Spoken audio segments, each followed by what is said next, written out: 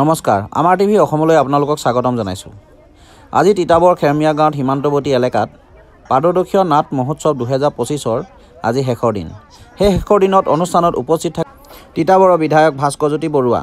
আৰু সেই ভাস্কৰজ্যোতি বৰুৱাই কয় যে এই অনুষ্ঠানৰ জৰিয়তে সদায় দুইখন ৰাজ্যৰ মাজতে এটা সমন্বয় বাৰ্তাত জীয়াই ৰাখিবৰ কাৰণে সদায় প্ৰয়াস কৰিবলৈ এই কথা অনুৰোধ জনায়। আৰু এনেধৰণে যদি এই অনুষ্ঠান সদায় হৈ থাকে প্ৰত্যেক বছৰে, তেতিয়াহ'লে এই অনুষ্ঠানৰ জৰিয়তে দুইখন ৰাজ্যৰ মিল সমৃদ্ধি সকলোখিনি এক হৈ থাকিব বুলি জনায়। এই পাদদক্ষিয় ৰাষ্ট্ৰীয় নাট মহোৎসৱত 2025ত 27, 28, 29 তাৰিখে যি অনুষ্ঠান হৈ গৈছিল, সেই অনুষ্ঠানত বৰ্তমান নাগালেণ্ডৰ আৰু অসমৰ কেইবাখনো নাট প্ৰদৰ্শন কৰা হৈছিল। ইয়াৰ পাছতে জনগোষ্ঠীয় গীত মাতেৰে ভৰি পৰে সেই অনুষ্ঠান। আহক আমি সেই অনুষ্ঠানৰ মাজলৈ সোমাই যাওঁ।